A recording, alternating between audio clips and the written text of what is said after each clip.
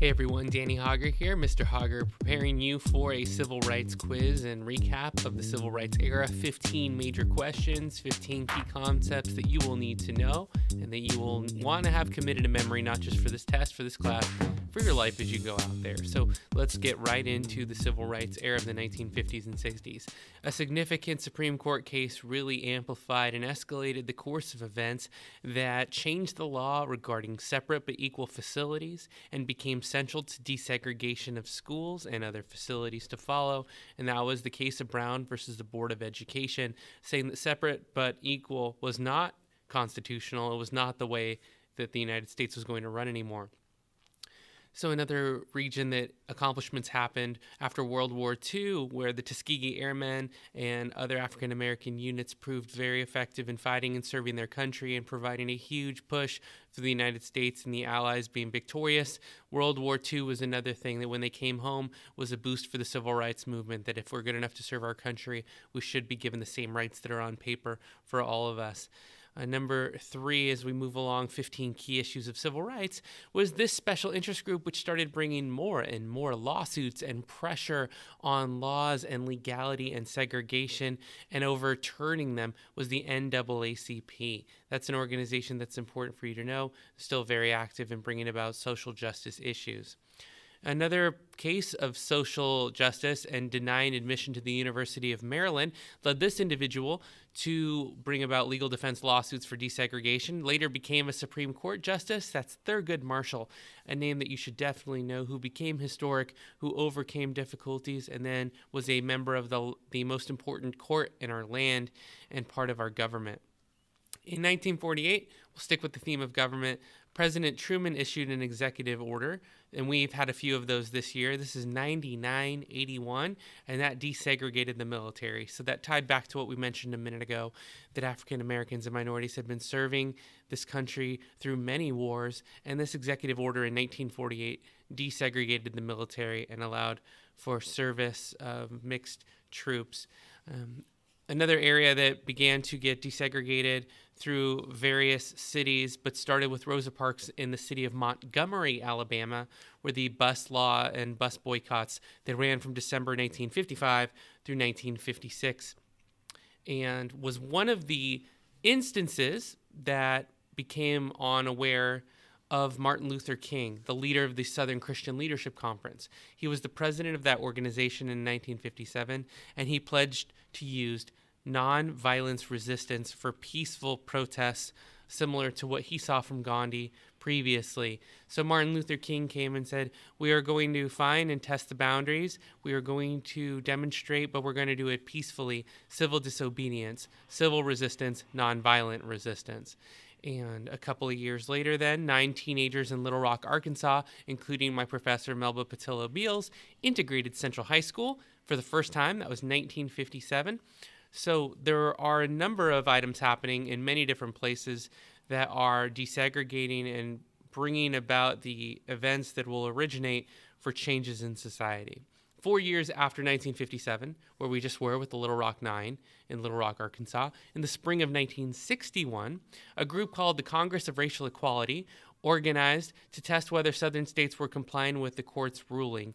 And what was this regarding? Freedom rides. So we're again going back to buses to make sure, are the laws being enforced? Are people able to sit in the seats that they would like to?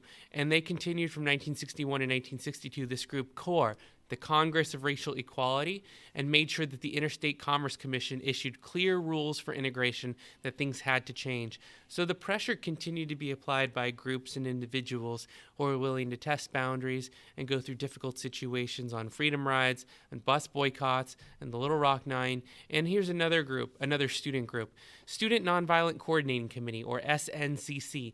They encouraged deliberately breaking laws that they considered unjust. What was the name for this?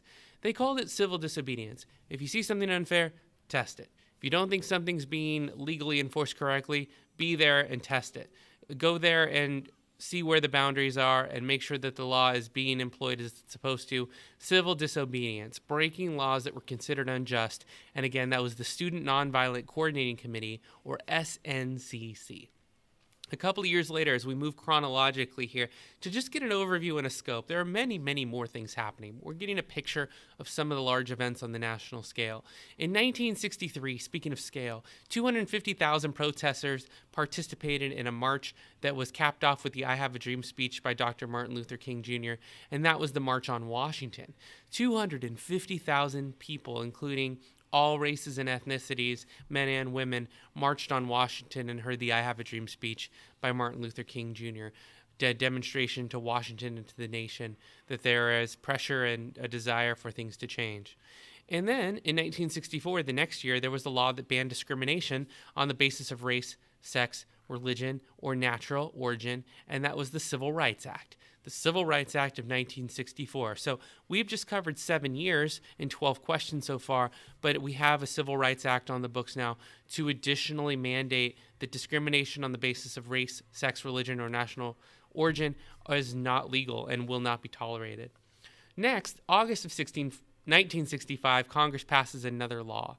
It's the Voting Rights Act, which outlawed literacy tests, it outlawed poll taxes, and it outlawed other methods of denying the right to vote among people. So that's August of 1965, the Voting Rights Act. Again, make sure voices are heard. The country wants these laws placed, and people are making sure that pressure is applied to make sure that the rights, the liberty, the ideals of America are protected. 2 questions left to cover. And I ask you why Jackie Robinson is important to history. And in class, we talked about how some people feel that sports are not the most significant way to acknowledge when change is really happening, since Branch Rickey said that he was doing it for money. But when you look aside from that, from a quote that you might have seen in a movie or what Branch Rickey might have said, Jackie Robinson does break the color barrier in baseball, and the NBA and NFL would break their own color barriers in the years after. So he becomes an example that people see on a daily basis of success, of skill, of talent, and of moral character at a high caliber that begins to open doors for more and more people.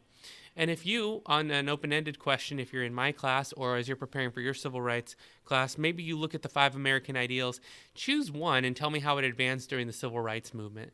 So if it's liberty, how did people achieve more freedoms in their personal lives and more liberty in the way that they lived from these actions, from these laws, and from civil disobedience, or from these speeches that are made at that time and the movements and the March on Washington? Or maybe it's about democracy and then you talk about the Voting Rights Act, how more people can participate in democracy if more barriers are removed from their entry. Or maybe you choose equality and see that men and women of all races stood hand in hand asking for changes in this era. Maybe you choose rights and you see how the Civil Rights Act was passed in 1964 to ban discrimination. You can choose whatever ideal you want, but make a case for how things improved for people in these years. And in just 8 minutes, we covered 8 years of civil rights, and I think you can see the picture of a changing country through an active, motivated, educated populace willing to act for justice.